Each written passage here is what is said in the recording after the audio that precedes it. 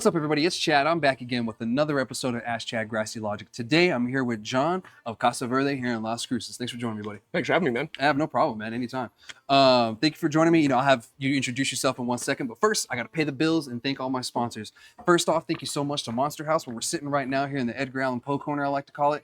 A beautiful consumption lounge, one of the only one here in Las Cruces. They have a bunch of events that they're going to do, and actually, August 30th, they're going to have Dizzy Locks down here, and I guess you're going to be hanging out doing some dabs and stuff. I'm not sure. So 4 to 8, they're going to have him. Then 8 to 11, they're going to have the Era show. So I'm not too sure what's going on with that, but I think there are some free dabs or a free dab shot involved. So come on down and check it out and everything. It's one of the only place in town you can come and literally just buy a dab. Yeah, it's pretty sick. So thank you so much for Monster House. Thank you to Cinder Cannabis here in Las Cruces and Turquoise Bloom.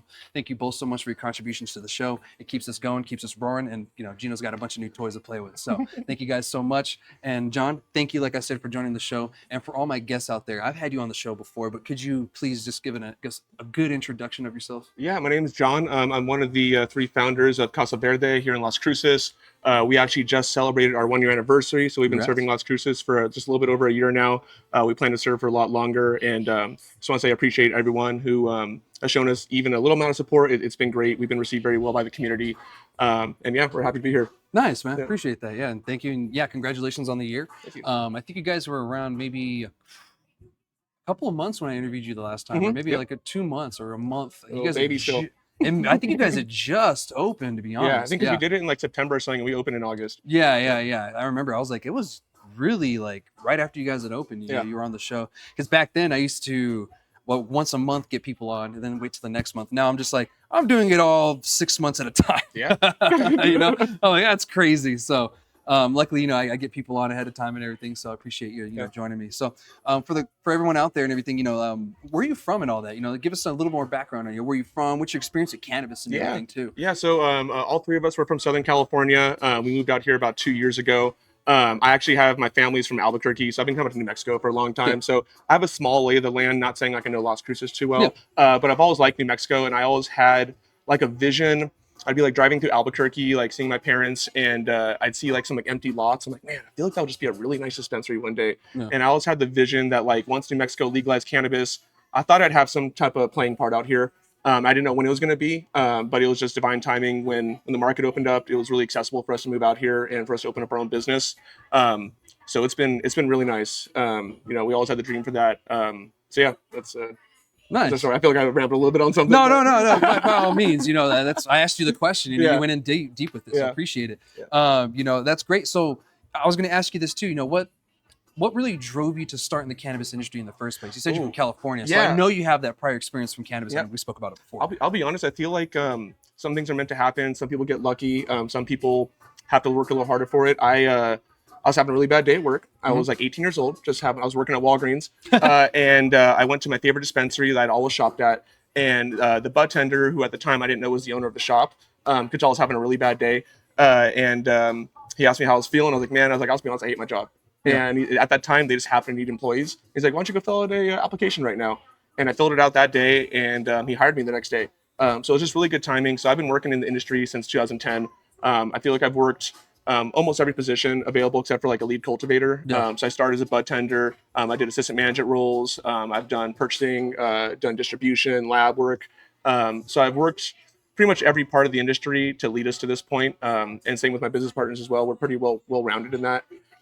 So yeah, California was good to us. But I like New Mexico a lot more because I think it's more accessible for someone like a small business owner to be able to get started, because anyone with a dream in California, unfortunately, just can't do it unless you take out, 50 investors and you sell your soul and you have a whole board of people. It's like out here, we were able to, start on pretty much nothing and be able to create something. Yeah. It's been great. And that's the beauty of the New Mexico market is, it's really for the entrepreneur, and I get it, things flood, but it's starting to stable out and the real entrepreneurs will be here at the end of the day. We've seen just on your road alone. I mean, how many closures were there? About 4 or 5? We've had 4 or 5. Yeah. We've also had 2 or 3 open up in the same time. Yeah. But what you're saying is true. It's like, with every good comes bad. So of course, having easy access and easy entrance into a market is going to be great for the people who are supposed to be there. Yeah. But also that's going to attract people who are probably not supposed to be here. Yeah. So it's going to bring in an equal amount of suitors that are trying to get a piece of the pie. But I think that everyone has to remind themselves that success doesn't happen overnight. Yeah. Most things, like most great businesses and most great things people build, does take a lot of time, and usually the time makes it better. So we're happy to be here and kind of work out the grind. And I know we'll be serving Las Cruces in New Mexico for a long time. Yeah, definitely. You guys, you told me last year when you guys came to town, you just fell in love with the area and everything, and what it had to offer. Because you said you didn't really come down this way very often, right? No, I'll be honest. Yeah, so I have most of my experiences in Albuquerque, and then we're thinking about opening a business, and I'm like, no offense to anyone that lives in Albuquerque, but first off, it's way too flooded. Yeah. And the culture, it's a little crazy down there. They got a lot of a lot of crime down there. So we honestly just chose the second biggest city in New Mexico. We're like, let's go check out Las Cruces. Yeah. And we fell in love with it so quick.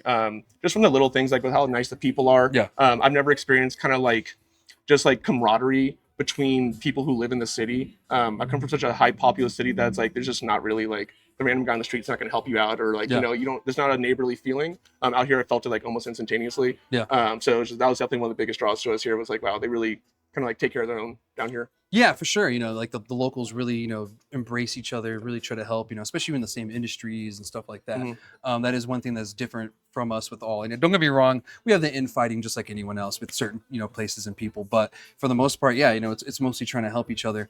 It's just, things happen sometimes, and you get the businesses, like you said, there's people that are here that probably shouldn't be here. Mm-hmm. Luckily, some of those people are getting weeded out now, thank God. Yep. But there are some that have been here for a long time that are getting weeded out too, that you're just like, oh, that sucks. But that goes with it, that comes with the whole thing. Everyone's got pride. No one wants to let it go. Yeah. So I understand that part. But it's like, I feel like most people, like I wouldn't jump into like a restaurant business because I don't cook and I don't know how to run one. So it's like, of course, I have ambitions, but I think you need to get yourself into a zone where you feel comfortable. And luckily, all three of us have a lot of cannabis experience. So, we were able to make it work so far. Yeah, your prior cannabis experience really helped you, here. I'm sure you noticed that things are different here, but it helps you because you have that prior background. I mean, they don't even use the same tracking system in California, so I mean, you had to learn something totally new, but you knew that it had to happen. Like I knew I had to use this tracking system because where I came from. Yeah. Like that's a no-brainer. Everywhere you go, there's a tracking system. Yeah. Once you get used to compliance, then it all makes sense. It's not like a big scary thing. It is very scary. Like when you're first coming out of like a gray market into a new market, we're like, damn, like these guys are watching everything we do.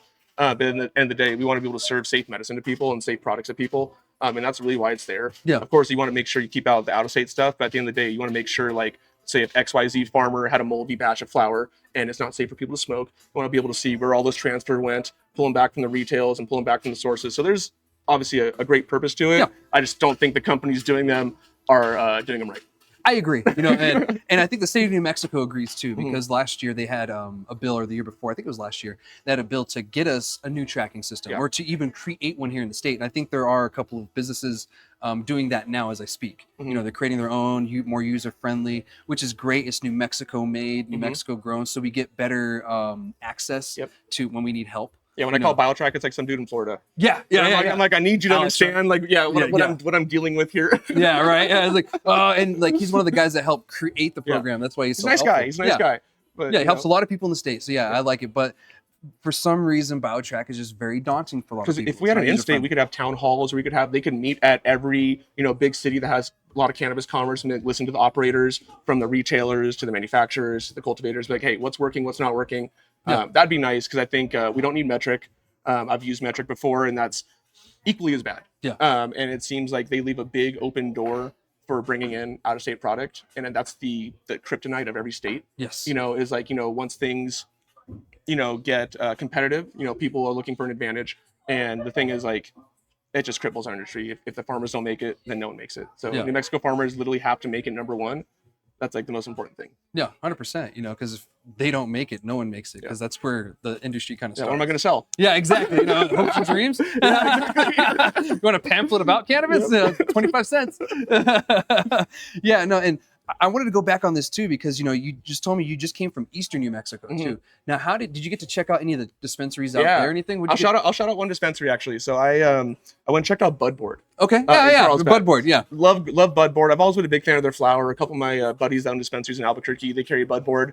So I want to go check them out while I was in Carlsbad, and they have like this like little cool like dentist office style dispensary that from the outside looks a little intimidating, like a little too small. You're like, It's oh circular. man, yeah. I'm Yeah. like, what the hell are they gonna do with this place? Yeah. And I walked in. It's a small lobby, and then you walk into the whole like area where they sell, and it's like it's super vibes. Yeah. Like they just have it done really well. It's very unique, which Mhm. I think is something that's very hard to accomplish today in cannabis, is Yes. being unique, because everyone follows a cookie cutter type of formula.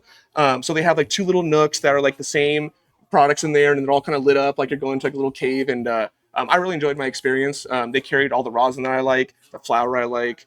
They grow their own flower, so shout out Budboard. Yeah, yeah, shout out to Budboard over there. Great. I visited it before. In eastern New Mexico. It was real cool. Yeah, a little circular building. You're like, whoa! You like turn every. You're like, it's like everywhere you turn, there's weed. Yeah, and that's a working town. Yeah. Like I'm looking, like I love trucks, and I'm like every single truck that's driving by has a welding unit on it, and it's like they're working out there. So it's a cool little town. Yeah, it's an interesting area. I grew up in Alamogordo, so we spent a lot of my youth playing sports on that side of the state. Pecos River is beautiful. Yeah, Pecos River, gorgeous. Always wanted to go fishing there. Never got the chance. Yeah. They do every Christmas, I guess, like a float thing where they have like a bunch of lights on the river and everything, and it's a real big thing over there. So I always wanted to check that out, but it's just too damn cold for me to go out.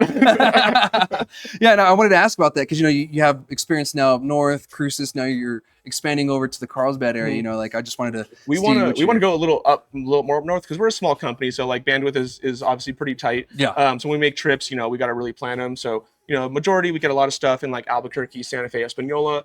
But I really want to like make a trip up to like places off like the Animas River and go up to like Farmington and stuff like that. Like I want to check out some different parts of New Mexico. Yeah. Because we all got different terroirs here and we all do different things. And I think I've noticed like it's all different everywhere we go. Yeah. It's not like the same New Mexico everywhere. So it's like it's cool. So I want to see more of it. Yeah, that's one thing that kind of frustrates me about when I see content creation from Albuquerque or just only Albuquerque content creators. Because they're setting this precedence that all New Mexicans are this way. Yeah. When I hear some of these people talk, I'm like, I have never said any of those things. Like, it'd be like saying like LA is a good representation of California. Yeah. Where it's like, it's not. Like, there's beautiful parts of California. It's not like it's a crazy city all the time with like this crazy culture. It's New Mexico, honestly, to me is one of the most beautiful states in the United States. As far as like just driving anywhere on the 10 or any of these roads, it's a beautiful state. And I hear everybody that comes here visits that says that. And to be honest, it's something that they can't control. And like, I've had people like, oh, I don't like the desert. I don't like this place. We'll come here like, man, it's really beautiful here.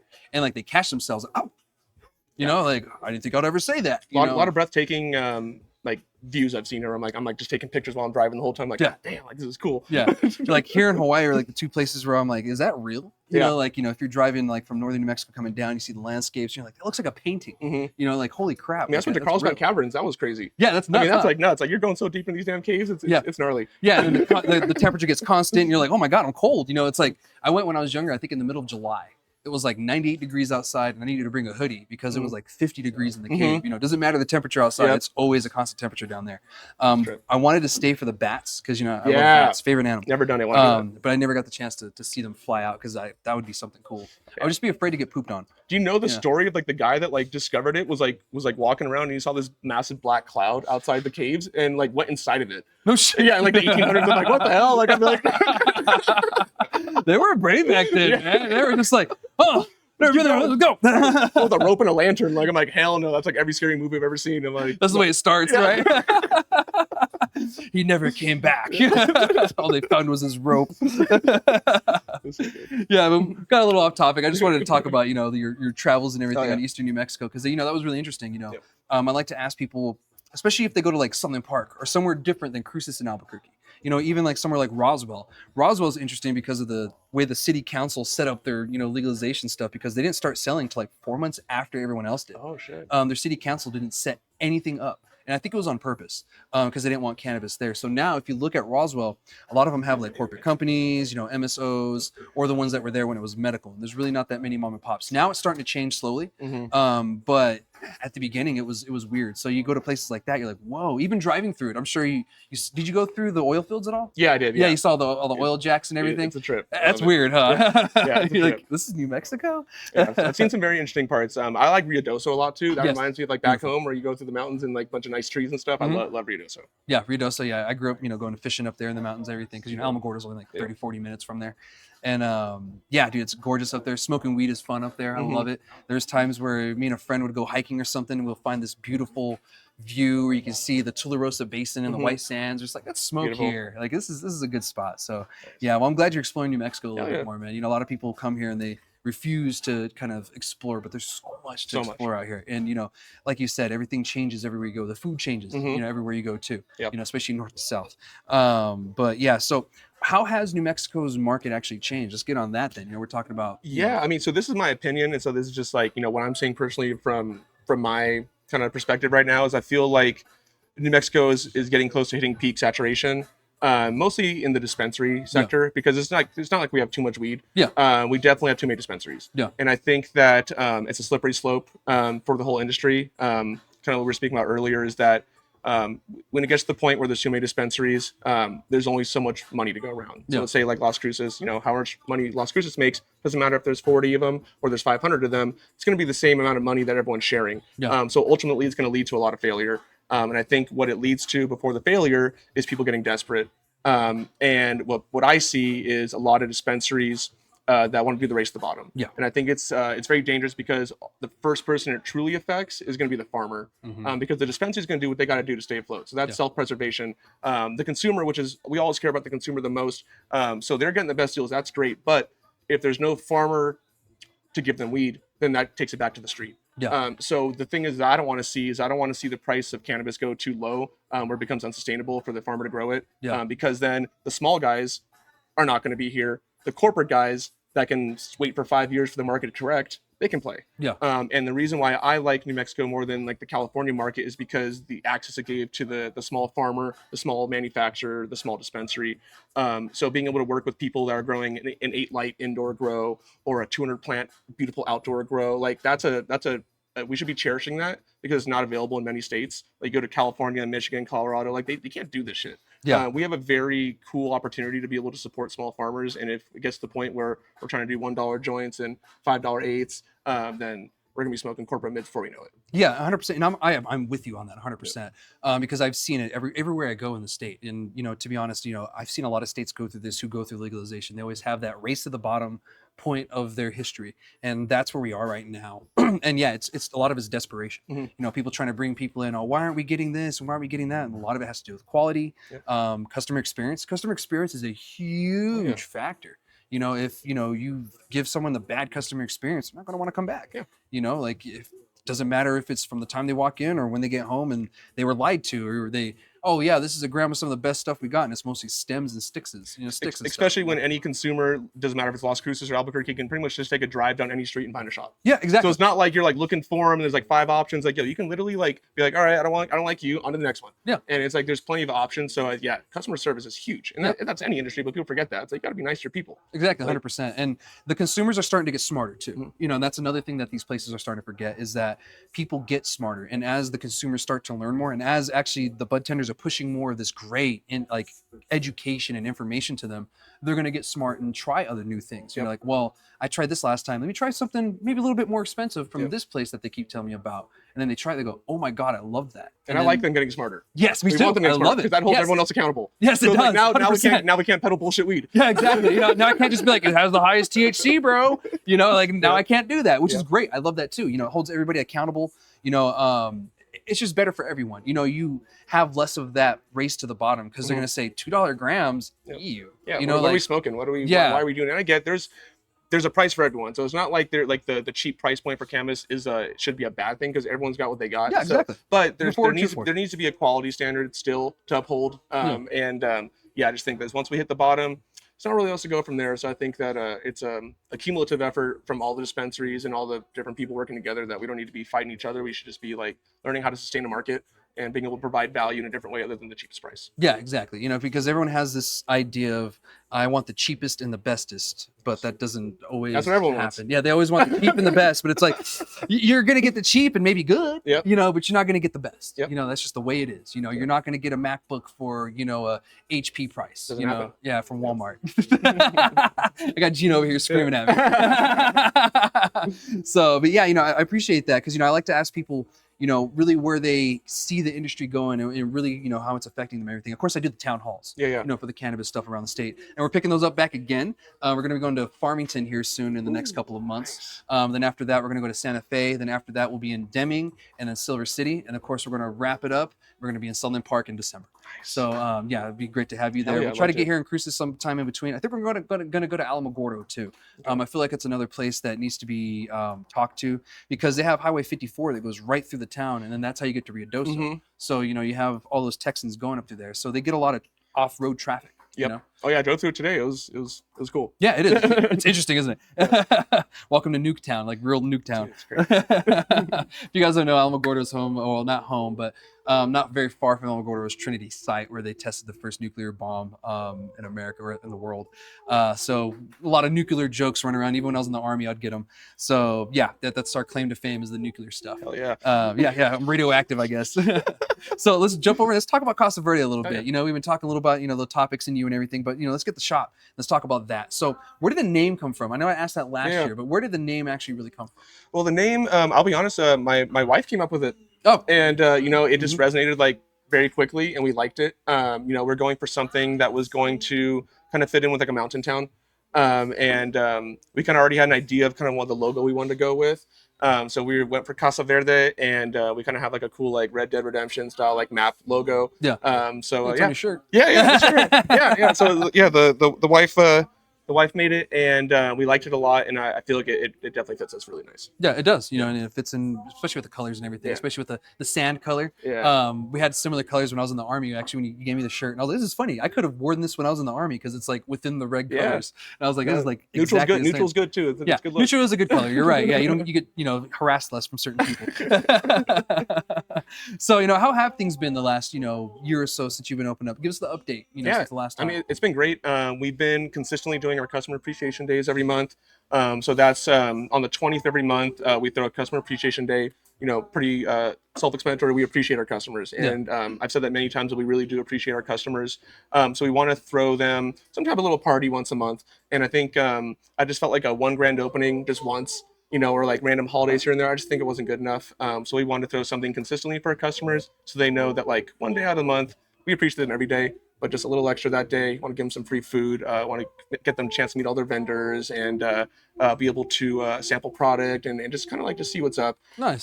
So we've been doing that consistently. We've been very blessed to be able to stay open for over a year now. We just hit the 1 year mark. And we're trying to do as many public events as possible. I think that's kind of where it's at right now.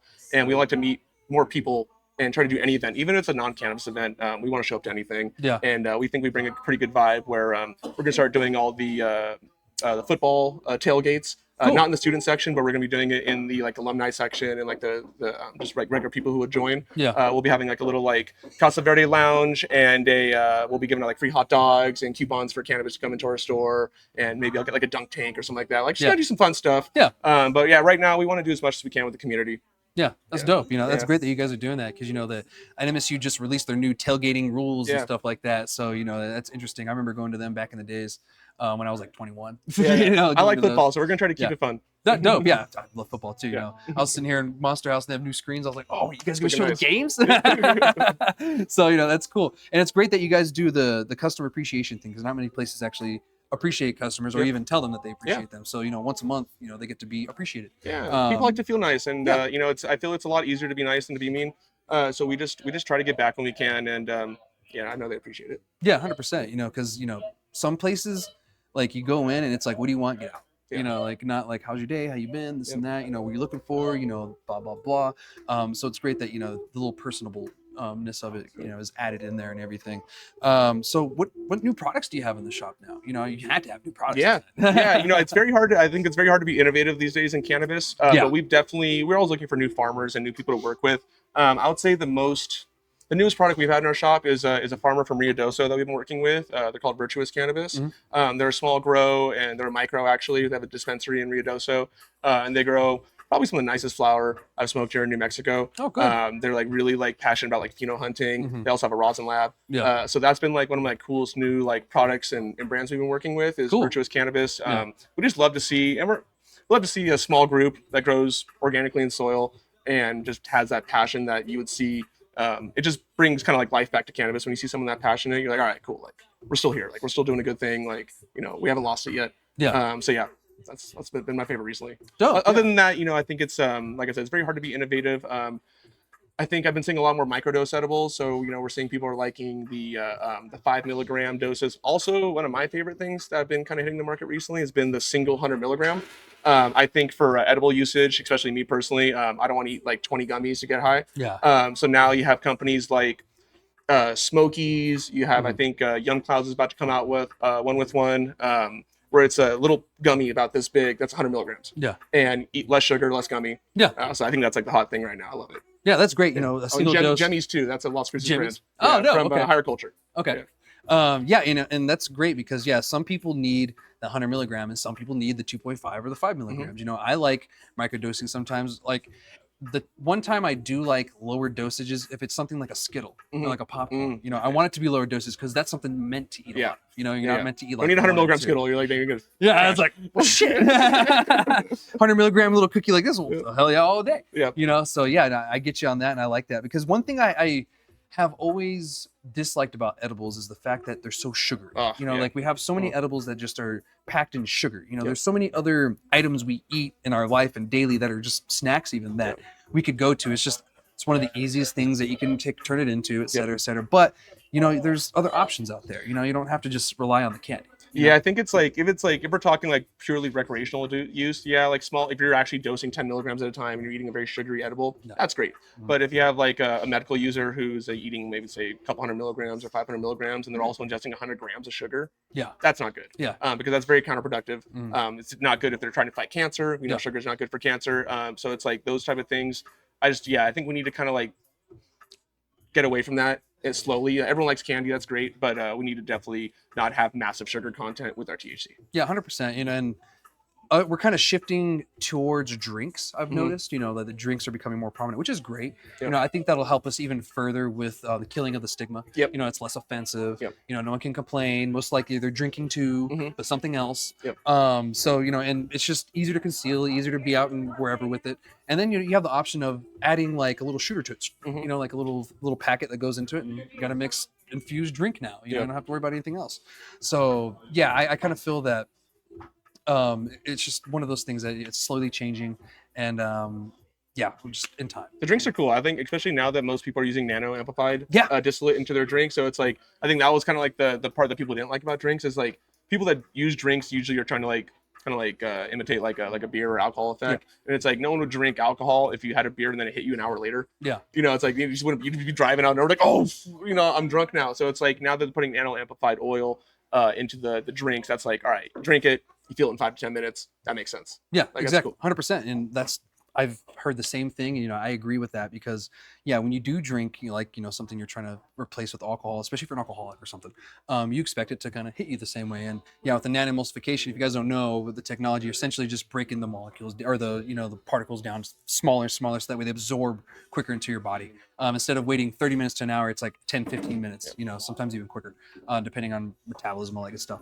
I'm excited to see where that goes too, because, you have the 2 grams, you have the 5 milligrams. Now, in a consumption lounge setting like this, I kind of feel when it comes to drinks, you don't want people greening out. So if you want to go home and drink 100 milligram, cool, drink. But at the consumption lounge, you're probably going to get max 20. And that makes sense because you just don't know because everyone's experience is different in public. So it's like, of course, I can eat a massive amount of edibles and smoke a lot in my house, but if I went to a public setting, it'd be a way different experience. I think so. Take out the variables. And you got to ease yourself into something like that. You don't want to just jump in and be like, oh, crap, now I got to get home somehow. Get me out of here. Uber, where are you? You're like on Uber Eats the whole time. You're like, I was on the wrong app. I got a burrito, though. So a little positive from it. So what other events do you have going on coming up, maybe? Let's see. What are we coming up? We're going to, hopefully we should be a part of the state fair coming up. Okay. Definitely a state fair. We got hopefully approval to be able to do that. Like we're not gonna be smoking there, just kind of giving out like coupons that's kind of showing up.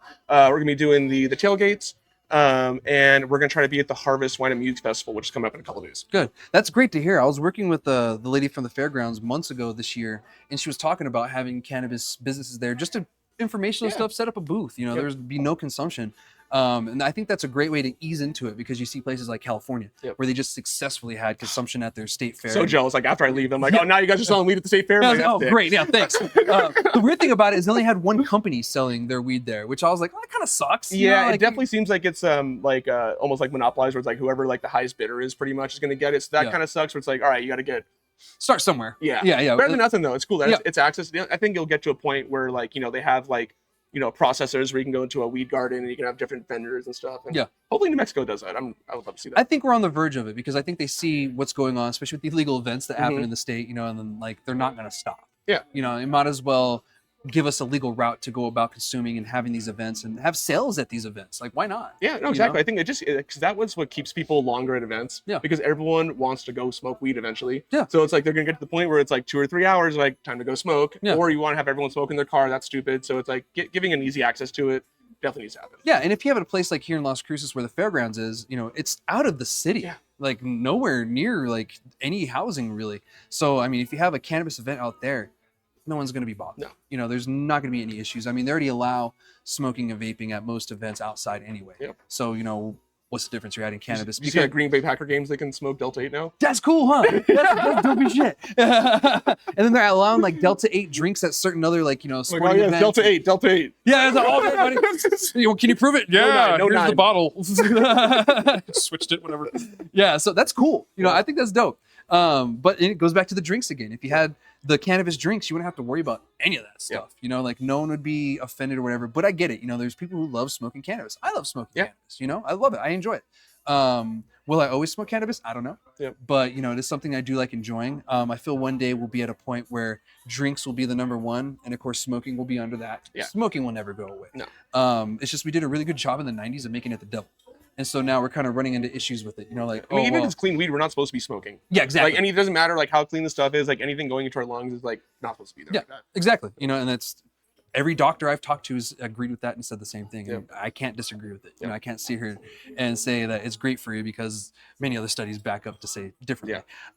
So we'll get to the point where we'll figure this industry out. We're at the very beginning of it. Like we're at the historical point. This whole thing is all historical. Everything we're doing now, this podcast, you in your shop, New Mexico, the way we went about it. We're one of the few states that went through the legislature to legalize cannabis. I mean, that's pretty historical. It's one of the only ways we can do it anyway. But it's still historical stuff going on. So, it's great that, we were here at this time right now. 20 years from now when my nephews are consuming with me. They're smoking 85% THC flower that's dripping in rosin. And they're bringing me 6 packs over of 50 milligram drinks or something like that. Like, here, Theo Chad.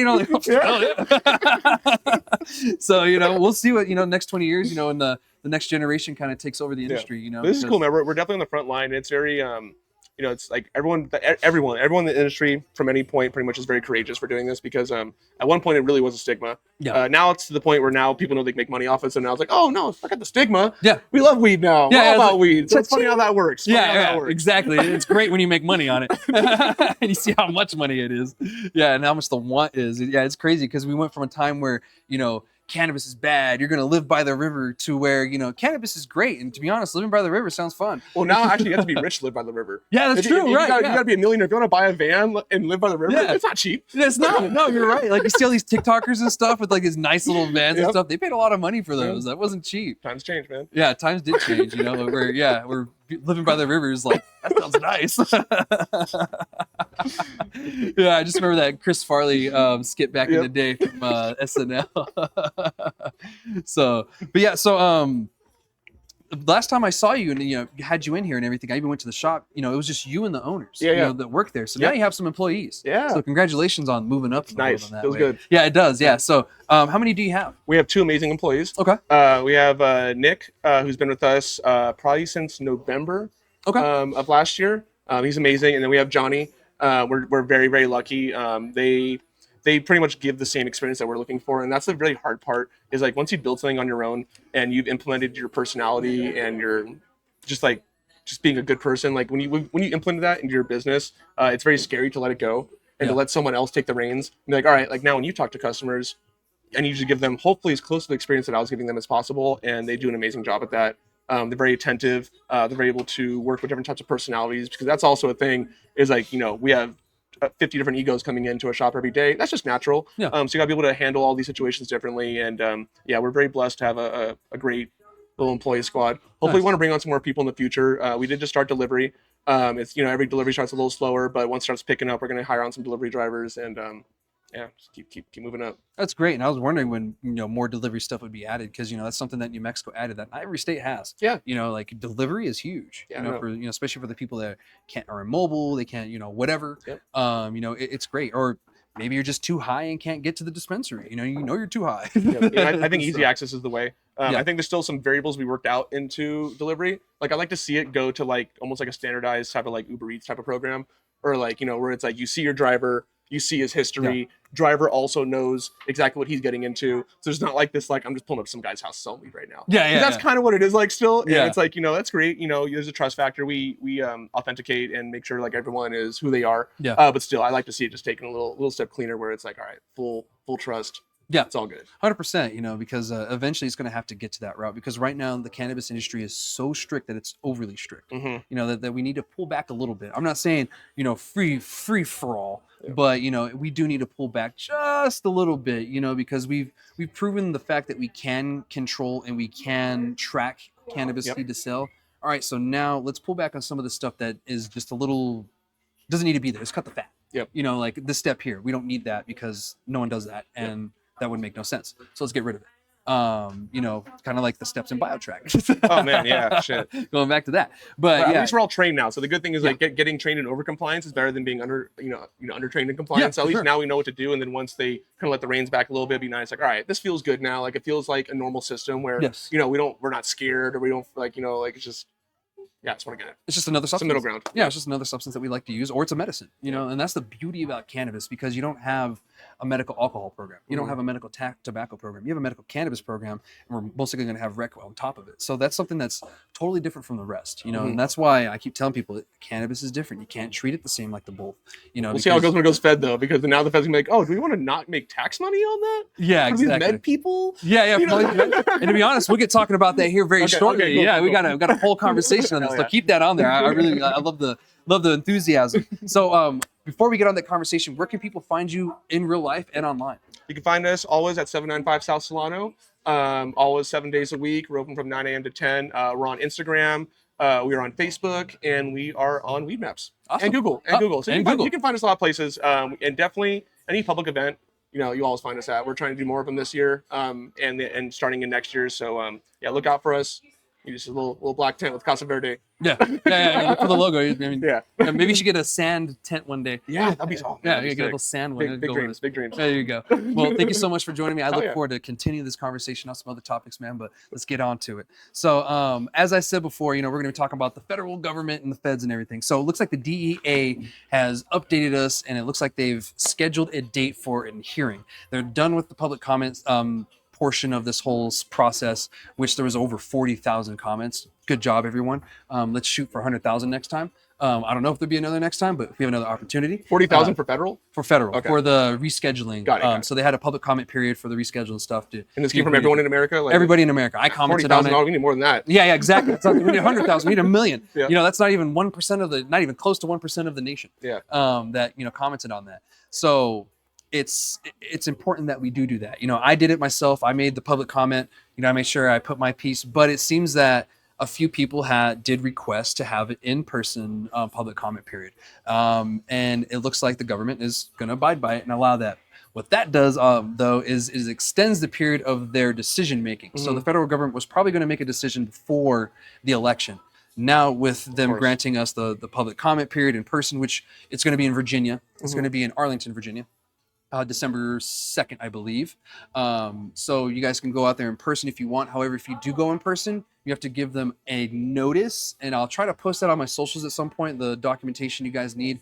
You have to give them a 30-day notice that you're going to be showing up in person to this thing. So you guys have plenty of time, but don't wait till it's day 29 and then you're like, oh, I can't go, man. So try to do it before then. I know I do that sometimes myself, but usually I catch it the day before.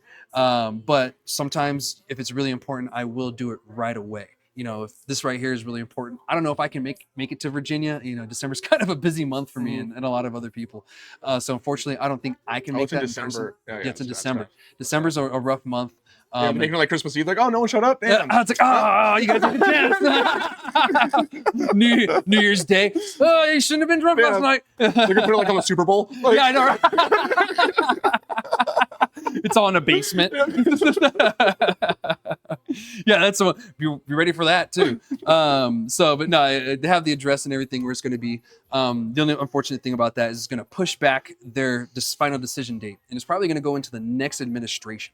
We're most likely not going to see anything until January, if not the spring, from them when it comes to this, because they're also going to have to review the public comment from this period too. So we'll have a couple of public comment periods that they're going to have to review, and then they make their decision from there. Do you feel like they're really listening, or do you think they're just appeasing the people? So the government has to, by law, read what we send them, Okay. and they have to at least look at it. So yeah, they have to go through every piece. Like even when you send your representative like an email or a call, they have to look at it. Okay. They can glance at it and then delete it, but they have to literally look at it. Or their aide has to take down the message and give it to them, and they have to look at it. So they have to look at what you're telling them. Do they have to act on it? No. Yeah. Do they have to do anything? No. But they do have to acknowledge you essentially that they saw it. And they don't have to tell you they saw it, but they have to acknowledge you in some way and like, okay, I saw this. I'm just a skeptic that the government truly cares about cannabis, and I've always been a skeptic of the rescheduling, because I really don't feel like Schedule 3 does anything good for us. It doesn't. And to be honest, our next topic will kind of clarify and confirm that there's certain things that aren't going to change whatsoever. And I agree with you with that. There's a few goods that come from it, but really what it is, it's a prohibition with perks. Yep. At the end of the day, and that's not good. I don't like that. And this whole time, I've been telling everybody, yeah, we want deschedule. We don't want reschedule. But at the end of the day, what are we going to get? We're probably going to get rescheduled. Yeah. So, where can we find the positive in this while we still fight to deschedule, but at the same time, let's, stick with reality, what we have right now. Right now, we're kind of stuck with, rescheduling. And we're still fighting it. However, it looks like the government, I think they did kind of acknowledge the fact that there is a lot of people that would rather have rescheduling versus descheduling, because that's something that, the public comments kind of showed. Like, but of course you have those people that also want this to go in very quickly because they want to benefit from the Schedule 3 thing, so there's those people that are like kind of upset that the DEA is taking longer. For me, I'm kind of happy. I'm pro cannabis research, so that's one thing. Like that's kind of where my big take out of all that is that like if it allows cannabis research, that's good, as long as that they don't block, like data. Yeah, it's like, oh hey, turns out this shit's really good for you. Can't really tell that to the people. Yeah, in the past. Yeah, exactly. I agree with you. Yeah, because it's not like they don't have a history of doing it. Because it's happened in the past many times. So no, I agree with you. Like I'm afraid of that too. And of course, we have some congressional members, unfortunately on the Republican side, that are attacking cannabis right now. Especially the rescheduling. They're attacking that using old reefer madness mindsets and little tidbits of information that they got from 1940. But it's 2024, and lots have changed. A lot has changed, and a lot of them are afraid that this is going to have a negative social impact on our country and stuff. But to be honest, when we legalized alcohol, that's really one of the biggest impacts that has harmed us is that. But cannabis has really never been the issue. It's just it gets the blame. Who do you think is going to be the governing body to look over cannabis if they schedule it to 3? Because that's my only kind of fear out of all that is that like would say it's going to take the power out of the CCD, and then it's going to go to like the DEA or something like that. So if that becomes the case, and that's a little scary. It is scary. But with Schedule 3 is kind of weird because it's going to be purely medical. So the Department of Health in New Mexico will preside over our program, but they report it to the federal government on their medical side. So we already have a program established. We already track the numbers. We already have an expiration date. We already have an expiration on your units. They reset. So all of the standards are there. For this is pretty much just handing it over to the federal government because they can tell the government how much has Chad Lozano bought last month. And they can tell them this is how much he's bought. Okay, how long has he been a patient? He's been a patient for this long. So all the information's there. Take the data and they go, how much are people really smoking, or how many units are they smoking? Exactly. We have all that data for them. We just send it to them. We don't have to set any new program up. We don't have to we're probably gonna have to change a couple of things. I don't see it being something too crazy, but we will have to abide by certain federal guidelines and stuff like that. But I think it's going to be more on the medical side of our federal government versus like the DEA and all that. Of course, there's going to be some DEA we have to deal with because now you're dealing with a federally legal substance, and it's still on the scheduling.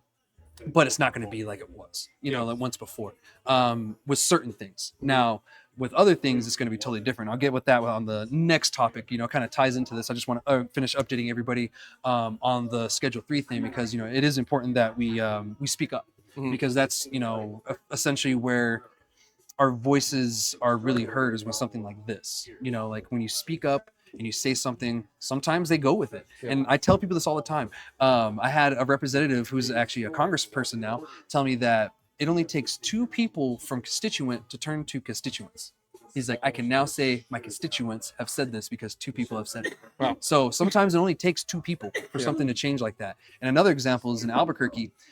These 2 old ladies in Rio Rancho had a big spurt up about the smell of cannabis, coming from the farms. And so now we had a big old thing about cannabis growing and the smell, blah, blah, blah. It only took 2 ladies. And because there wasn't more cannabis people there, 2 Karens, the whole industry. Yeah, 2 Karens screwed over the whole industry. And that happens all of the time. It happens more than I'd like to admit. So that's why I try to tell people, I'm like, even if there's 10 of us that show up, that's more than one. Yep. That's constituents at that point. So, make sure you guys are contacting your representatives, telling them, that you support, descheduling, not rescheduling. If you support rescheduling, by all means, I'm not trying to tell you what to do, but what we really need as an industry is deschedule. We don't need the reschedule. It just causes more confusion. Yep. We're going to end up with 3 different industries at the end of the day. We'll end up with the 280E industry, which will be still illegal under federal law under Schedule 1. Then we'll have the hemp, which is already here. And then we'll have the Schedule 3 industry.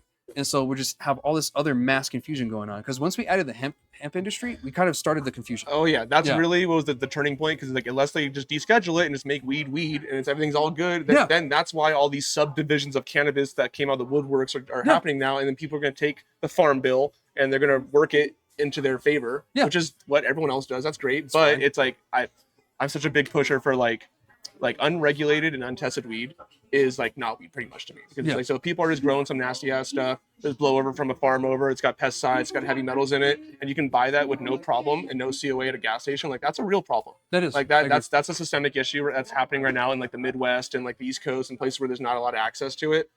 So yeah, I think they need to get pushing hard on deschedulized, because until then we're gonna be smoking THCA and THCP and THCO, and they're gonna. I'm sure something new is gonna come out next week, and another subcannabinoid that's gone through 5 chemical processes to get there. But that's my fear, is that there's gonna be like mesothelioma commercials in like 20 years. Like, oh, did you smoke Kmart weed? Were you smoking that? Did you taking blinkers off their cards? You're probably not good, dude. I had this exact conversation with Donnie from Farmers on his podcast months ago, and he said. He was like, yeah, if you took fucking blinkers between 2014 and 18 from a gas station, and it's true. You're entitled to a settlement. Exactly. I was like, I agree with you. I see the same thing. 10 years from now, you're going to see that commercial. And I am going to fall on the floor laughing. Yeah, it's going to happen. That's why I'm not a huge vape guy. No offense to people who smoke vapes, but just, I think flower is probably bad enough I should be smoking. Yeah. And I should get to edibles only at one point. Yeah. Like, there'll be a point where I'm not going to smoke probably anymore in my lifetime. But is it right now? I don't know. But too many terps to be discovered still. So, exactly. You haven't discovered all the terps yet. Exactly. True. That's probably one reason why I do love my fucking terps, dude. I love my terps so much, especially my flower terps. Going out there and you see a plant, give it a little touch, you smell. And those terps. Brings nostalgia sometimes. When I smell weed, that brings me back to like 2010 or 2012. It's crazy, bro. It's like a time capsule. I'm like, I haven't smelled this smell, and it brings me back to like what like concerts I was going to with my buddies back in the day, and I'm like, holy shit, like time capsule. Yeah, it is. It's like, whoa, this pining really here, it takes me back to whatever this date here. Like sometimes, it just really unlocks memories. You're like, whoa, because smell and taste are one of the most powerful senses that we have. That they unlock a lot of things in your mind and memory. So it's one of, no wonder why we're moving more towards the terps versus the THC, which is great. Thank you. So took long enough.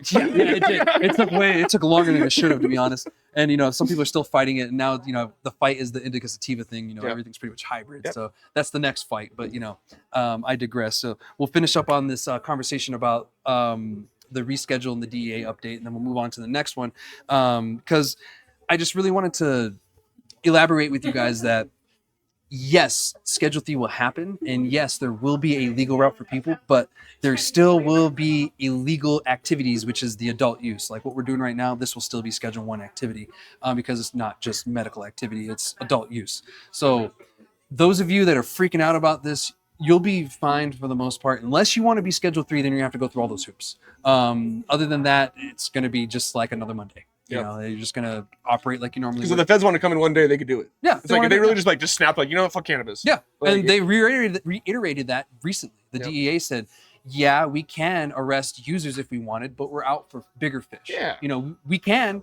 and we will, but we don't want to. Yeah. You know, we're going out for the bigger criminal organizations. Common sense would tell you, like, yo, like most people smoking weed, you know, are not bad people. Yeah. Maybe someone moving thousands of pounds, you know, illicitly. Okay, go for that guy. Yeah. But it's like, you know, not the guy just smoking it or having a little dispensary in town. Like, that's no big deal. They even said, you know, we're not worried about the guy that has a couple ounces. No. You know, we're looking for the huge criminal organizations, which thank God, because that's a waste of resources to arrest someone with, you know, a couple ounces, because they spend a lot of money on those raids. Because the DEA, they don't just go in there with the DEA. They take Border Patrol. They take local PD. They'll take the freaking they'll take animal control with them. They'll take a sheriff with them. You know, they'll look at the budget. They're like, who else can we squeeze in here? Yeah, hey, bro, you want to go to raid? Come on, let's go.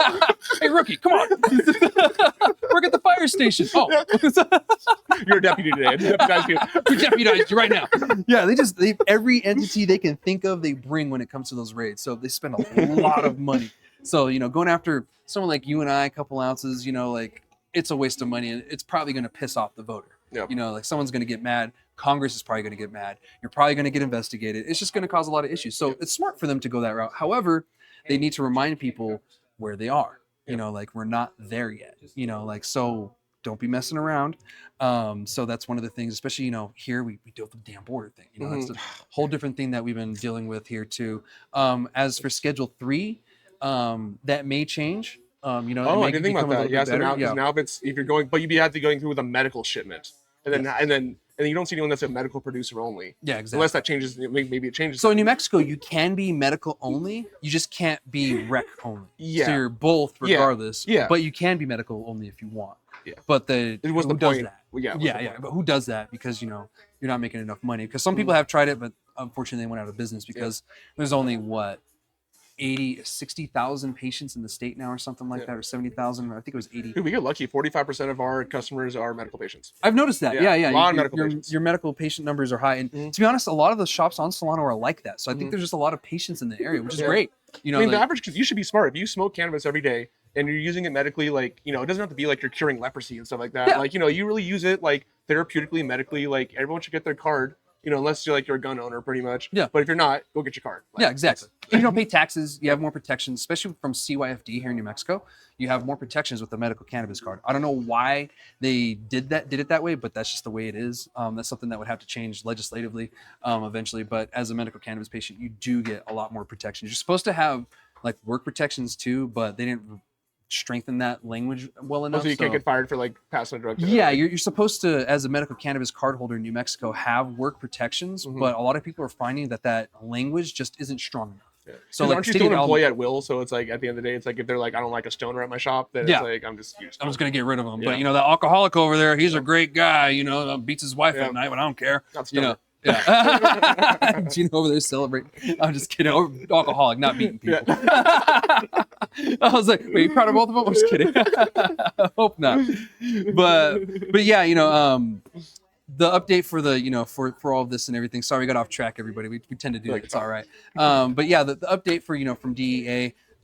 It's unfortunate that we have to go this route, but it's an election year too, so things are going to get weird. You know, pending the way the election goes is really depending on how fast this goes afterwards. You know, if it goes one way, we could see it being slowed down. If it goes another way, we could see it being sped up. You know, or we could see it just going on a little steady timeline and not really worried about it, and then it'll get there. My thing is, if it does stall, that gives Congress time to pass bills and to pass something other than reschedule, because we like we just said a little bit ago, there's a lot of confusion going on, and we've waited our whole life for this. So it's not like why we don't, like, you know, if it's going to be 6 months to a year to even 2 or 3 years, like we don't need to rush something, because it's way easier to amend things on a statewide level than to amend things on a federal level. So it's like if they put some shit in, then it's like, all right, we're pretty much like we're in it. Like, yeah, no, 100%, because, you know, I tell people all the time, you know, local elections are more important than national, because you can do more change locally than you can nationally. You know, like you can directly change things. Like here in Las Cruces, they just made it with the shopping cart ban thing. You know, if you have a shopping cart off of premise and you're walking around with it, it's going to be illegal in like October, because there's too many people taking carts. you know, and shopping around. You're not allowed to steal property. That's someone else's property. And it just, you know, causes issues with homelessness and stuff like that they're trying to figure out. So that's a city ordinance, you know, that's not a state law. So you can affect change like that directly. So yeah, that's a good tidbit for people that, yeah, you know, the national thing, it's like, it's a little harder than it is in the state. You know, here in the state, we got legal cannabis way before we got, you know, federal legal cannabis, you know, which is, we're still kind of waiting on that. It's going to happen one day though. Like, one day, maybe when I'm 80. I'm just kidding. It won't be until I'm 80. That'll be Texas. I'm just kidding, Texas. They'll have like double rocket launchers though, but you can own 2 rocket launchers, but like no weed though. Right. Yeah, you can have a tank, but weed, no. Tank? You want the tank? Take the tank. Don't get me wrong. I want the tank, but I want weed too. You know, like, I want both. I want to shoot smoke out of the barrel. You know, that's the America I'm looking for. I'm like, I want to be shooting like, you know, guns, automatic guns, smoking a blunt. You know, exactly. That's real freedom right there. So, but yeah, one day we'll get there. But you know, we're just gonna have to vote smart and not vote against ourselves. We're just gonna have to vote for cannabis-friendly candidates. You know, the candidates that are actually for cannabis. You know, like you have to put your party aside sometimes, or the colors aside, and you got to really think for the industry and the business that you're in and care for. Or if you're a patient, or if you care about patients, you know, if you want the medical cannabis patients to thrive, you really want to think about who you're voting for. So vote for whoever you want for, but just make sure that you're voting not against yourself. 100%. So no fun if we have no more weed. Yeah, exactly. Right? Yeah, you want more weed, not less. So we're gonna move on to the last one. And this is what I was talking about, you know, with the whole things may change with Schedule 3, but also not at the same time. And this has to do with the Congress having issues with talking about banking. Now, Rep. Blumenauer, a lot of people know who, you know, helped us with cannabis. And I think he even started the cannabis chamber, the caucus in DC. He is really skeptical, or really not skeptical. He's actually... he has a lot of good vibes, I guess. I can't think of the word right now on the spot, but he has a lot of good vibes on the fact that he thinks that Congress will come together when it comes time. Because if we do reschedule cannabis, unfortunately, Congress also just like released a report that even if we reschedule cannabis, it's still going to have a lot of weird issues with banking. Banking still isn't really going to be 100% legal, come to find out. Because why would Bank of America want it? Exactly. Like if it's still federally illegal, or even like, you know, if it's still like a Schedule 3, even if it's still like having like on the border, like why do they need it? Because these banks are so huge, they have so much cash. Like, do they really need some weed money? And the answer is probably not. Or like you know, like is it going to affect, you know, how everyone else feels about, you know, putting their stuff in there? Are things going to get frozen? You know, so I feel like that's going to be a big hurdle. It's gonna be tough, but we obviously 100%. Want banking because it's like, what's the point of taxing us if we can't put it in the bank? Exactly. You know, it just makes life easier, tracking everything easier. You want it in a bank, and it's safe. It's a safety thing, and then you can take debit card, and you know. But now we're pretty much forced to use like local credit unions, and stuff like that. So it's like, you know, we'll never be able to put something in like Wells Fargo and Bank of America. Well, who do you use if you don't mind me we use Eagle. Eagle Credit Union out of Albuquerque. They have cannabis banking. They've been pretty easy to work with. Not like we have a lot of options, unfortunately. So that's pretty much like the only one that we felt was good for us. But at least it's an option.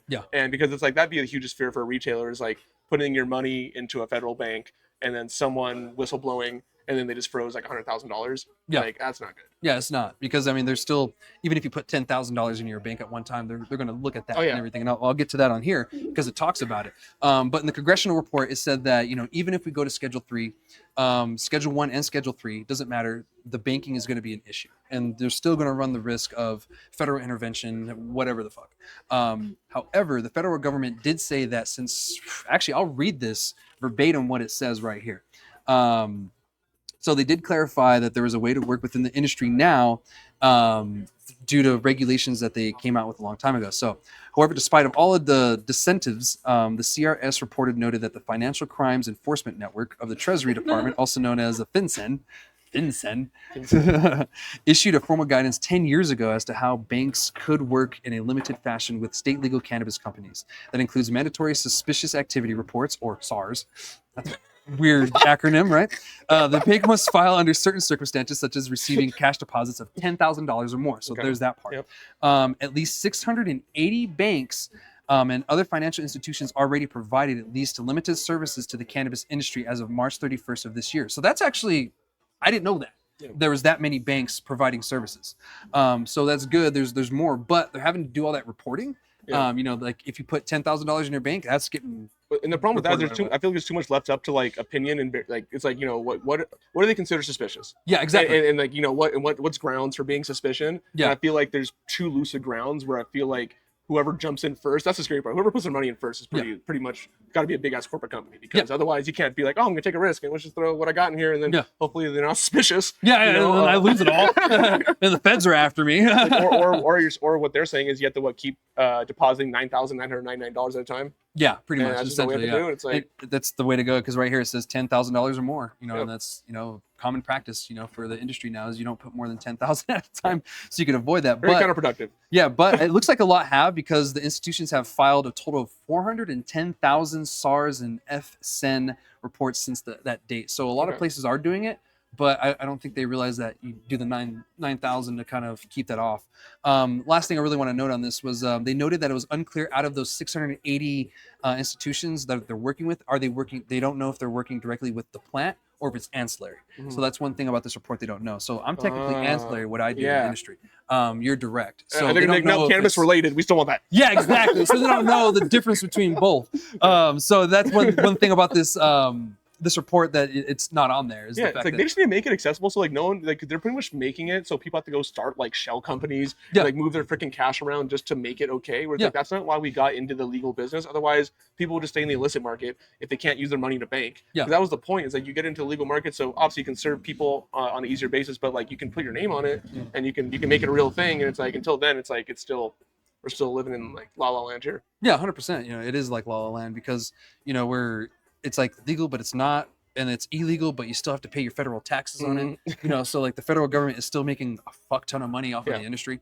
They're still getting their taxes at the end of the day. So yeah, it's one of those weird things like where the hell are we with this? And the only route that we really have in the report that came out, and even Ed Blumenauer, even though that he's very pro and he's like a puppy dog wagging his tail about this, he thinks that Congress is going to pull together when the time comes.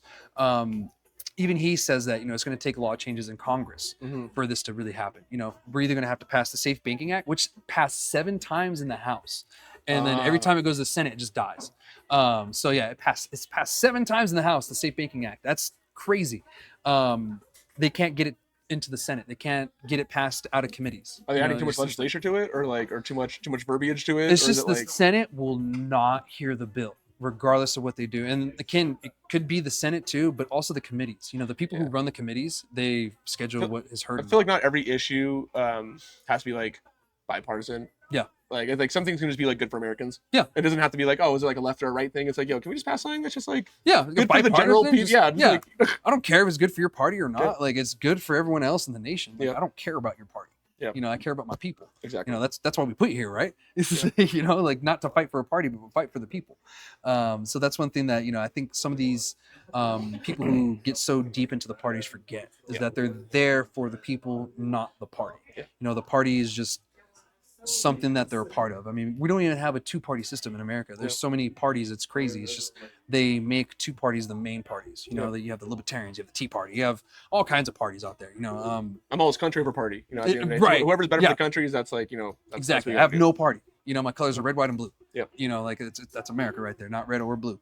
So yeah, we have a lot of issues in Congress, especially when it comes to cannabis. Like I said earlier, some of them are starting to attack it now from one side. And don't get me wrong, like I've said before, there's some conservative Democrats who, aren't for cannabis, but they're not like actively attacking it right now. They're not like, oh, it needs to die. But when it comes up, they're like, no, I don't agree with it. But not like cannabis is the devil. Yeah, exactly. Not like cannabis is the devil. But at the end of the day, it still doesn't help us. I really feel like a lot of these like lawmakers, like they literally like lost like their boyfriend or girlfriend back in the day to like a stoner.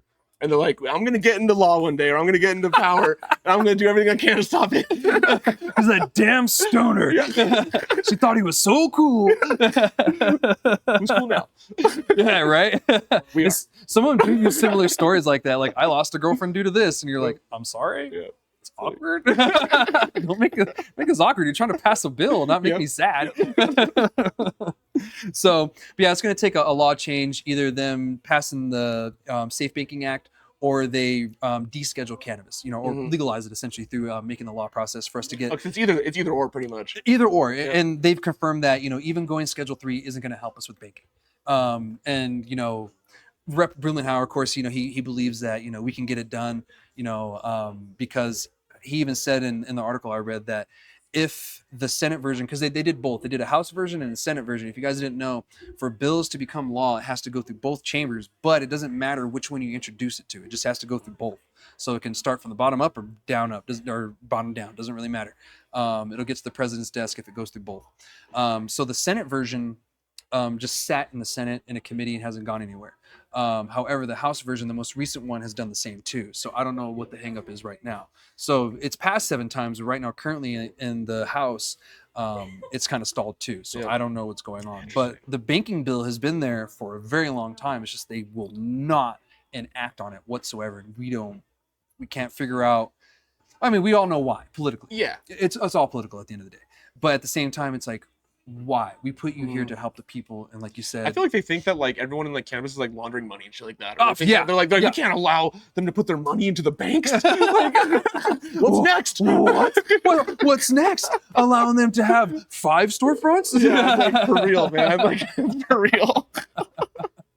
Well, what's next? Allowing them to grow even more plants? Like, ooh. They don't want to see it happen. Yeah, they don't. There's just that reefer madness thing did a number on us, dude. We're still fighting a lot of it. It could take more time. It could just be like we just need some just the older crowd. If some older people are liberal and they're open to things, but majority of them aren't, and they've lived through a time where it was just a different time that we grew up on, and it's like now it's like even like my parents, I had to teach them like cannabis was cool, and it took time. It wasn't easy. Yeah. Take a little bit of time for me to kind of get my. I feel like National Geographic did the most work for cannabis. Oh, they did, because that was the big thing for like God. I noticed for a lot of elderly crowd was like the second they started putting the weed plants on National Geographic, they're like, well, they put on National Geo, it can't be that bad, right? Yeah, and I think CNN did another one too with Sanjay Gupta. He had a whole slew of them, and I think that helped us out exponentially, especially on the CBD. Once the CBD came out, people were like, oh, that was a really good groundbreaker right there. Like, okay, like I want the not high part, and then someone's like, oh, I want to get high actually. Yeah, I was like, actually, I want that. And then, but then we found the CBG, CBN. I mean, we didn't find, but we found the uses for them. They've been known for a long time. Yeah. They've been now we're extracting them and isolating them. Exactly. And we can use them. And then now we're going to take this one and this one to help it sleep, but we're not going to use this one and this one, and we're going to add this other compound that's not even cannabis that helps with this, to add into it. That's my fear. That's my real fear for cannabis, is because like the answers are there, and like the fact that every single individual has a different endocannabinoid system that reacts differently to cannabis, like that's just not good for the pharmaceutical industry. Whereas like you tell me like probably we could figure out like a right dosage of like terpenes, different cannabinoids would probably like fix most people in different ways. He's got to figure out what to feed them. Yeah. But that's not really, good for, a multi-trillion-dollar industry that's trying to get people pills and keep them essentially sick. And that's why, certain people actually believe that, the big pharma thing is really more a fear than it is a reality. And someone, explained to me, this a few months ago is, if we didn't see big pharma on the medical side in the medical days already and flooding it, then we're probably not going to see them on the rec side. Yeah. It just isn't financially smart for them to do. Or they could already be there. We don't know it. True. They could be there. I think they're already in like California, Colorado, and Washington. I think some of those big ass grows. Yeah. I feel like they got their teeth into it. True. That could be true too. That's something I've thought too. And I was like, well, they could, but actually, I don't think they're allowed to legally be in it. So they have to it has to be like a subsidiary or something like that. Like they can't be like Pall Mall can't own a farm, but they could be like these guys that are like. But the money still funnels to him at the end. Yeah. That's kind of how I feel too, because when we were just medical, they weren't allowed to transfer licenses. There was no new licenses or any of that. You couldn't. It wasn't like now. We had restrictive licenses before. It was terrible. And the big corporate companies got in through loopholes. They got in through a management company loophole. So that's how we got through that. So they're going to get in regardless, is what I'm saying. No matter what safeguard we put up, they're going to find a way around it. It's just, how are we going to live symbiotically? But to be honest, it may not even be worth it to them. I feel like it's going to get to the point of like, kind of like 99 Bananas alcohol and having like Class A Azul or something like that. Yeah. I think it's getting to the point where it's like, where are you getting your weed? And like, where do you get your alcohol? Yeah. Like, do you go to a nice liquor store? Or do you go to a craft brewery? Because you're not going to get one of those fruity, cool beers over at like, 7-Eleven. They won't have it. It just doesn't exist. But if you go to a craft brewery, you'll get that. So I feel like that's where the future of it. I almost feel like it's almost going to be like all micro businesses, like mostly micro businesses, and then a smaller amount of retails, because the farmers are just going to have their own cool little shop. It's going to you're going to like, for XYZ farmer's cool little niche farm where you can stay on his farm and try his weed and he cook, all that shit. Yeah, go pick your own bud. Something like that. It could be something like that. And then where, you're going to have your mass corporate grows who someone's got to grow like Budweiser type weed. Someone's got to grow weed on a scale Yeah. that's going to facilitate and be able to smoke out the whole country. Yeah. And a niche guy can't do that. Yeah. And you can't grow cool weed in 500 acres. Yeah. It just doesn't exist. So it's like, Yeah. I think that's where it's going to go. I think you're going to have your corporate mids for sure. That'll never go away. And then cool weed. And that's what I said this whole time, you know, since we were going legal and everything, you know, and this whole journey, I told them we're going to have the big guys that are growing the mass produced weed that a lot of us don't like, but you're going to have the craft guys. And that's why we really focused on craft in New Mexico and really pushed for it. Because we've been pushing for craft since we were medical. You know, we were trying to get craft, you know, producers for a very long time here. And now that we have it, I am so happy because the quality has gone up. The prices aren't that bad, you know, with a lot of these places, and you know, there's not like an overflow of just corporate companies. The quality went up quick in New Mexico. It I mean, I'm did. telling you, I've been here for 2 years, and I would say the stuff I was smoking 2 years ago is like almost 180 degrees turned around. Yeah. And I think people like living here or like that smoke around here like don't realize kind of like what we have. Yeah. And they take it for granted because like until you go to any other state where they have legal cannabis, like first off, you don't get to do deli style in many areas, and two, it's like fresh weed in California is 3 months old. Yeah. That's like you get that shit and it's still got, you know, within the last 2 months, you're like, damn, all right, like not bad. Like out here, it's like, you know, fresh weed is like a couple weeks from, you know, getting from the farmer. Yeah. So I think like we really have an opportunity to like do something different here, and like the experience here is just really unique, and I think that that's why I like it. Yeah. It really is the best. Like you just can't get like an 8 light grow at a rec store. It doesn't exist. Like you can't do that in any other state. Like here, you can like some guy that's just passionate about his weed. He like, you know, licensed out his garage. It's all clean. State said yes. He's just grown some fire. He's got some seed packs he's been holding on to for 20 years. Like, oh, put these into rotation now. Fuck it. And it's so cool. Like it's sick. Yeah, and that's something, you know, what I've wanted this whole time too. You know, was exactly that. Yeah. You know, that dude that's just good at growing 50 plants, 100 plants. You know, he doesn't want to grow 2,000, 5,000. You know, but what he puts out is just straight fire, just amazing cannabis. And I've seen it here in New Mexico all the time. Everyone's got a story about a guy they know that grows the coolest weed. It's like some random ass hippie guy you never met. Everyone's got a story like that, but out here, like those guys are actually able to like sell to like us. Yeah. And it's like, yo, some dude's like, I've been growing for like 20 years. I saw the license was $1,500 for a micro. Yeah. I said, yeah. Yeah. And it's like, cool. Now here we are. Yeah, and now I sell it to the shops over here, and now everybody gets to enjoy it. You know, and sometimes I try some of the flower here. I'm like, where was that from? And they tell me, and I'm like, what? Yep. The most random place in New Mexico. We get good weed from Bernalillo. Really? There's a company called Stonewolf. Stonewolf. And they're out of Bernalillo. And like, I'm telling you, that's to me like tippy top. Like I think that's about as good as it gets because that guy grows like the cool strains, but organically. Yeah. So you all see the cool like hype strains always grown in like really like unorganic elements. So it's like you get like the cool like za everyone wants, but it's grown in like Rockwool and like Athena. Yeah. No offense to anyone that grows like that, it's still okay. But if you can get like really cool ass strains and grow it like organically in living soil, that's about as cool as it gets. You're a good grower if you can grow in living soil. Hell yeah, it's not easy. Not easy. Yeah. Shout You're out a good Carver. grower. Shout out Stonewolf. Like they're holding it down. Yeah, 100%. You know, because like living soil is another different animal. Like you were creating a whole symbiotic environment inside. And the growers are different. Like when you look at a guy that grows in synthetics, like they're more like into the math of it. Yeah. So it's like they're like mathematicians where they know like boom, boom, boom, you down this, up that, change this, and like they know like how to work with formulas. Like the organic guys, not saying one is better than the other, but it's different because like the organic guys go into the soil, they like freaking touch it and like smell it, they're like shit, it's off. Yeah. I don't have enough clover in there. I better plant more, you know, like something like that. Like, oh, better add more, you know, this creature because it does this and this to the soil, or it eats this, you know, or, you know, add this plant because it's symbiotic relationship to the root of this. I need this fungus because, you know, when it produces, it eats, and then, you know, it's a whole system kind of thing. So it's, And you taste that. Yeah, you do. You taste it. You really do. You do. You know, it has that earthy taste, but it's not a bad earthy taste. You know, I actually like that earthy taste. You know, I smoke salts organic, so I'm not like one way or the other. I enjoy both. I'm not that much of a snob. I'm not like, oh no. I mean, you know, I'm like, oh, okay, if it's good weed, it's good weed. Yeah, but you know, there is a difference. You know, you can tell a difference, and if you can do that living soil, by all means, you know, shout out to to him out there, you know, because he's just doing fire. Yep. So, but anyway, we got off a little off topic, and I said everything I needed to say. Thank you all again for watching. Thank you so much, John, for joining me today. For me on, it's been great. Thank you for for the insight and everything too. You know, I like bringing other people from other markets. We could have done a 5-hour podcast. You just got kept talking. Easy, we could just keep talking. I just thought of myself. I was like, oh shit, we need an episode right now.